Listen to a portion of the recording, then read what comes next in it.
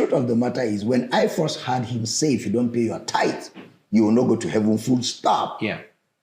I screamed. Wow. I screamed from my pulpit. I said, how? Good morning, good afternoon, good evening, depending where you guys are watching me from. Dr. Damina don't finally reply Pastor E.A. Adeboye based on waiting Pastor E.A. Adeboye be talk. Say, if you don't pay tithe, you no go heaven. And the pastor can let us say, we forgive and say, him mislead us. When I hear waiting Dr. Damina won't talk about the matter. Let's dwell on that. Okay. It's an apology that came from Pastor Enoch Adeboye of Redeemed Church, Christian Church of God, just a few days ago. Okay. Apologizing for saying that from the pulpit to millions of people that if you don't give your tithe, you're not qualified to go to heaven. You're not going to make it to heaven. So now he's come out to apologize. And I was checking it out on social media, and some of the conversations around there, your name was trending, and some of the conversations around there was like, hey, no, you must go and apologize to Dr. Abel Damina. Have they tried to reach out to you in any way? Because they do owe you an apology. I'm trying to stay away from that conversation. No, we have to. Now, we have to dwell around. The truth of the matter is, when I first heard him say, if you don't pay your tithe, you will not go to heaven, full stop. Yeah. I screamed. Wow. I screamed from my pulpit. I said, I said, you people say we are attacking Christianity. You people say we are attacking the fathers. Okay, you people say we are preaching a gospel that make people sin because we say what Christ did was complete. And you have not yet called out somebody who said, if you don't pay tithe, you will not make heaven. I think that's the first person you people should be calling out, which means tithe replaces Christ. The Bible says, for God so loved the world that he gave his only begotten son, that whosoever believes in him should not perish, not whoever pays tithe.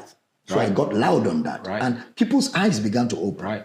So when he apologized, for me, that was a step in the right direction. For me, that was something, that was a statement that was very weighty, at least for whatever is what. Yeah. People are able to know that, okay, there is truth in what I said and other people have said concerning the tithe. Yeah. Tithe in no way is a prerequisite to anything in God. Yeah. In no way at all. Somebody said, what about Malachi chapter 3? Well, Malachi chapter 3 was not written to you. It was written to the priests who were receiving tithe, but they were not paying the tithe of tithe. So Malachi said to them, you guys, you priests, you are cursed with a curse. It wasn't given to us. But even if it was given to the Christians, Galatians 3 eradicates Malachi. Christ has redeemed us from the curse of the law. Yeah. He made a curse for us, for it is written, cursed is everyone that hangeth on a tree, that the blessing of Abraham might come on the Gentiles, that we might receive the promised spirit through faith. Christ has sorted all that out. So that's why in the New Testament it says God loves a cheerful giver. Yeah. The New Testament says, if a man giveth according to what he has, it is acceptable. There are no hard rules on it. It's just generosity. And I always say this, when you see Jesus, money loses value.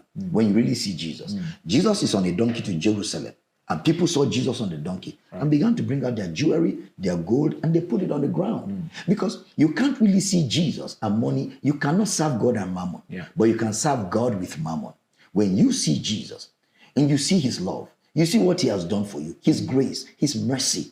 You want to promote what he has done for you so other people can also benefit from it. So generosity is natural. I always say to people think I preach against giving. No, I preach against transaction. Yes. You cannot be a child of God and not be a giver. Yeah. For God so loved the world that he gave. If it is in God's character to give, it means if you're born of God, in your DNA is the desire to give, but not manipulated giving, not fear-based giving, not transactional giving, but giving out of generosity, expecting nothing in return. Yeah. Somebody says to me, so what is the benefit of my giving? The benefit of my giving is that when I give, what I gave for is done. If I gave for you to go to school, you went to school. That's my reward. Right. That through my giving, you went to school. So the beneficiary of my giving is not me. The beneficiary of my giving is the person to whom I gave it to. And that's my reward for giving. So, and that is shifting the whole narrative. Yeah. Yeah. It's shifting it. And we're going to get more louder because that whole thing has to give way. Let me be honest with you. There are pastors in Africa. If you take giving money, tithing out of ministry, they will no more do ministry. I can tell you that for free. They will get out of ministry. Because some are in it as a business. Yeah. They see like, okay, now, I am through with school, no jobs in the secular world, God has called me.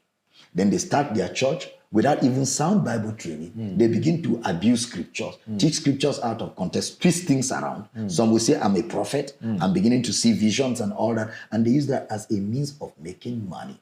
Let me tell you this, Uncle Solomon. If I never came after the tithing and the transactional gospel, nobody will persecute me. Nobody will attack me. The attacks really started when I started talking against the transactional gospel. That God is a father, is not a businessman. So why is that? Because that is what many people are in it for. It's a whole industry. A lot of your friends? Well, my friends, some of them don't want to talk to me anymore, but I don't. They didn't call me. And when I leave this world, I'm not going to go to them. And a lot of people that you know. Because, I mean, I lost quite. But I made up my mind that I was ready to lose, because Jesus said, if I am your Lord and I was persecuted, if you preach, you'll be persecuted. Now look at it. When I was preaching the transactional prosperity gospel, nobody persecuted me. Yeah, you were loved. Everywhere. Yeah. I mean, I can call names, all the big names. Yeah. I was hanging out with them. Invite you. Everywhere. Come preach. The moment I started preaching, Christ is enough. Christ is more than enough. The death, burial, and the resurrection as my emphasis. Then persecution started coming. So which means I'm in the right path. Because if Christ was persecuted and I'm preaching and I'm persecuted, I must be. And I've said to preachers, if what you're preaching does not attract persecution, re-examine the content of your message. You're throwing it too much there. Yes. If it does not attract, if you're not persecuted for what you're preaching, you need to go back and re-examine the content of your message, because you can't be holier and better than Jesus. Jesus was persecuted. The 12, how did they die? Some of them were butchered, some of them for the gospel. Crucified, and then you are preaching gospel and you're buying cars, jets, you're living big, you're having a good life, people love you. Everywhere you are a star. Something doesn't add up. No way. Something doesn't add up. If they were persecuted for this same gospel, people died for this same gospel. Missionaries came to preach to us and died for this same gospel. The rich left their wealth to come and preach this same gospel. And you are preaching it right. These symptoms, all of these characteristics will be seen around you. Persecution, rejection, attacks, blackmails. People will come out against you because Satan will not fold his hand, and what you do in the right thing, he will attack. So if you're preaching, if you're a pastor, or a man of God, or a woman of God. And I think if you're watching this broadcast, wherever you are, get more pastors, as many pastors, especially young pastors, and believers who have been disgruntled, people that are put out of church. Let me tell you this, on my way to South Africa, I stopped by, somewhere, because I did a connection flight. When I got in the lounge, a lady just saw me, walked to me and said, Dr. Damina, and I said, yes. She may be watching this. She said, I wish I listened to you before I left Christianity. I said, I've just been telling my husband that I wish I listened to you before I left Christianity. I'm no more a Christian. I said, why? She said, these things you are preaching and exposing now were the things I questioned and nobody answered. So I felt Christianity is a hoax, is a scam. I left. But now, then I started listening to you. I'm not a Christian, but I don't stay away from listening. And I want to keep listening. And I want us to establish a contact. I'm a journalist, she said. And then I gave her my number. And then, we started chatting and all that. But the point is, I've come across many people. Uncle Solomon, I can tell you this for free. Many all over the world, even Muslims, who said, in Islam, we know that there's Christ, but we don't have teachings. So now we're hearing you teach Christ, Christ, Christ. We're interested. So we follow you because we want to really know about this Isa, this Christ. We want to learn of him. And a lot of them are following me. And they say, I'm not ashamed to say it. I'm learning Christ from you. And people are coming, even traditional worshippers, even people that are called atheists. They are coming back to say, questions we asked in church and nobody answered. What you're preaching is answering my questions, so I want to hear more.